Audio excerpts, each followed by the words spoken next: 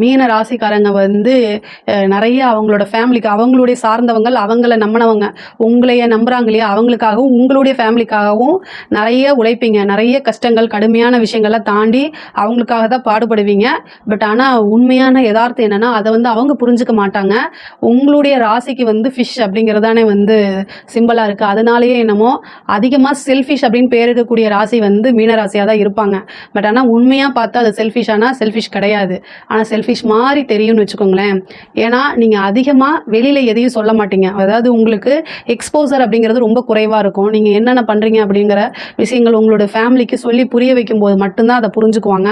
அதுக்கு உண்டான முயற்சிகளை நீங்கள் எடுங்க.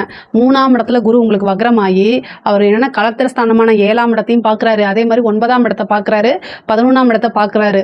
குரு வக்ரமான காலகட்டங்களில் வந்து எக்கனாமிக்களுடைய growth ரொம்ப சூப்பராக இருக்கும்.